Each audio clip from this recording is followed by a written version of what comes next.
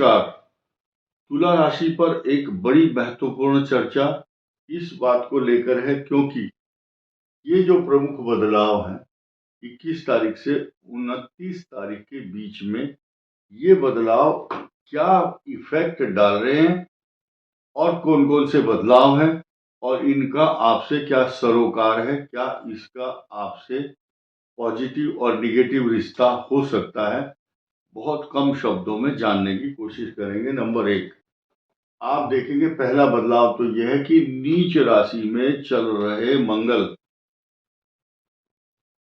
पहली बात तो नीच राशि में मंगल, दूसरी बात इनकी जो कंडीशन है वो रेट्रोग्रेड मोशन में है। फिर ये आया वक्री होकर के शत्रु राशि में, कहाँ आया? मिथुन में, और मिथुन में आकर ये शत्रु राशि में आया। बृहस्पति अष्टम भाव में, और बृहस्पति का अष्टम भाव में होना और यहां शुक्र ये उच्च राशि में है और ये दोनों का स्थान परिवर्तन है। बृहस्पति शुक्र की राशि में और शुक्र जो है बृहस्पति की राशि में, ये इंटरचेंज या राशि परिवर्तन, स्थान परिवर्तन, और साथ ही साथ यहां एक पाप ग्रह अगर होता तब ये पाप कर्तरी योग बन सकता था। फिलहाल यहाँ पाप कर्तरी योग नहीं है, लेकिन हमें डर किस बात का है या वीडियो किस लिए सावधानी के लिए बनाया जा रहा है उस पर ध्यान देना आवश्यक है। इस भाव को, इस सप्तम भाव को, इस दाम्पत्य जीवन को, इसको समझिए आप। इसका स्वामी पहले तो नीच राशि में था, आसमान से गिरे और खजूर पर अटके, या करेला कड़वा होता है और फिर नीम के पेड़ पर चढ़ जाए तो और अधिक कड़वा कटु हो जाता है। अब इस भाव का स्वामी पहले से ही प्रताड़ित था, इस पर सूर्य की भी दृष्टि थी, अब वो आया यहाँ शत्रु राशि में। तो ये भाव यानी कि तुला का जो सप्तम भाव है, मैरिज लाइफ का भाव है, जीवन साथी वाला स्थान है, वो तो यानी कि पहले भी पीड़ित था और आज भी पीड़ित है, और इस पर किसी शुभ ग्रह की दृष्टि नहीं है। अपितु इसका जो भाव है, ये जहां मंगल गया, इसका स्वामी खुद यहां से अष्टम भाव चला गया, यानी कि सप्तमेश जिसके घर में गया उसका स्वामी भी अष्टम में चला गया और उस पर मंगल की दृष्टि आदि संबंध है। ये शत्रु संबंध है, मित्र नहीं है। यानी कि मंगल अगर यहां देख भी रहा है इसको तो शत्रु भाव से देख रहा है। एक नया समीकरण ये है कि ये जो बुध है ये भाग्य स्थान का स्वामी है, और भाग्य स्थान का स्वामी तुला राशि का जब केंद्र में आ जाता है तो ये आपको सकारात्मक पॉजिटिव परिणाम देता है। और मजे की बात तो ये देखिए कि ये बृहस्पति यहाँ, इसको गड्ढा भी बोलते हैं, अष्टम भाव, रिस्क भी देखते हैं, समुद्र की नौका यात्रा, गड़ा हुआ धन, गंभीर चिंतन और गंभीर जितने बड़े बड़े आविष्कारक हुए हैं दुनिया में, रिसर्चर, भारत में या विदेशों में, बड़े बड़े विश्वविद्यालयों के जितने भी नोबेल प्राइज वाले हैं, कैलिफोर्निया यूनिवर्सिटी से लेकर के भारत के जितने भी बड़े बड़े विश्वविद्यालय हैं, काशी हिंदू विश्वविद्यालय BHU के रिसर्चर, उनके बृहस्पति यहां मिलेंगे या उनका राहु मिलेगा।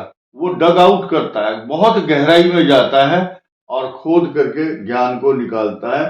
उस भाव को ज्योतिष शास्त्र में अच्छा नहीं माना गया है, लेकिन गंभीर चिंतन, दूरदर्शिता, अन्वेषण के कार्यों को यही अंजाम देता है, छिप करके काम करता है ये। खैर, यहां बृहस्पति का होना ये मोक्ष प्राप्ति का भी कारक है। ये ज्ञान और धर्म का कारक भी है, धर्म के कार्यों में लगा रहने वाला ये बृहस्पति इस भाव को देख रहा है।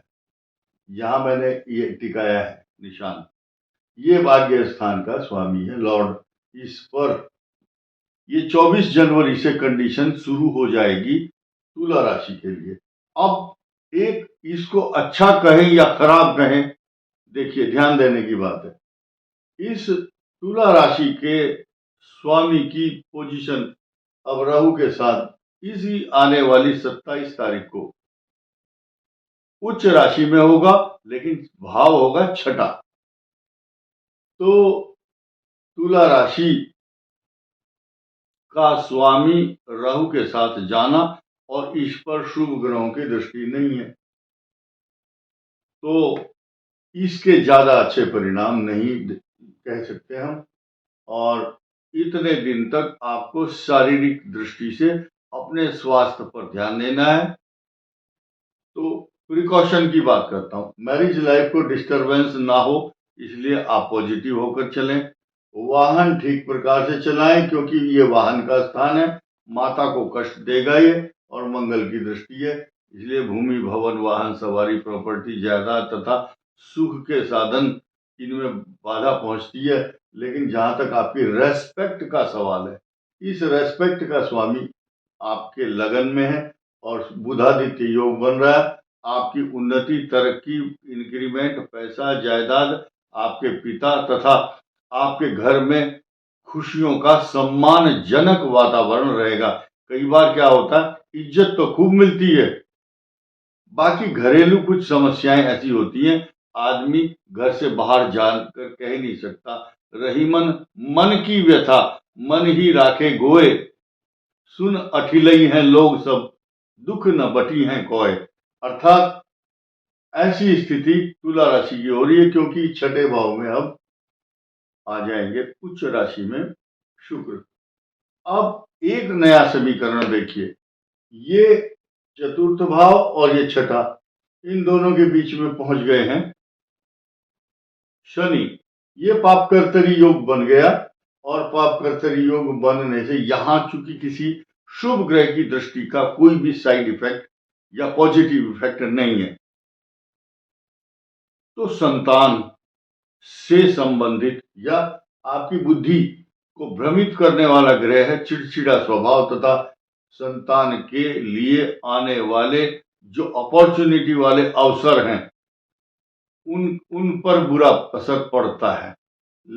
लेकिन अगर आपकी संतान की परफॉर्मेंस अच्छी है, या आप खुद स्टूडेंट हैं और आप किसी कंपटीशन को फाइट करने जा रहे हैं, तो कुछ आपके समक्ष परेशानियां तो आएंगी, और ये परेशानियां ज्यादातर 14 फरवरी के बाद आएंगी।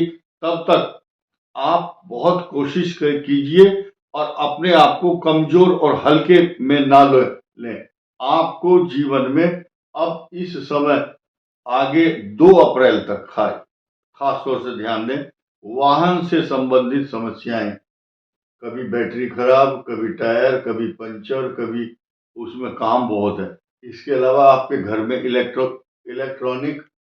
इलेक्ट्रिकल अप्लायंसेस, जैसे कि इस साल का राजा मंगल है और शनि जो है मंत्री है, तो अग्निकांड होते हैं, धुआं उठना, कहाँ, जहां आपका मेन स्विच है, जहां से बिजली पूरे घर की बंद हो जाती है, वहां पर स्पार्किंग, या आपकी प्रेस, हीटर, कूलर, गीजर, जो भी आपको सुख सुविधाएं प्रदान करने वाली वॉशिंग मशीन से लेकर के छोटे छोटे इलेक्ट्रॉनिक उपकरण, चाहे आपका मोबाइल है, ये भी आजकल ये मोबाइल भी है चौथा स्थान, इसलिए ये भी सुख का साधन है, इसके बिना तो काम ही नहीं चलता।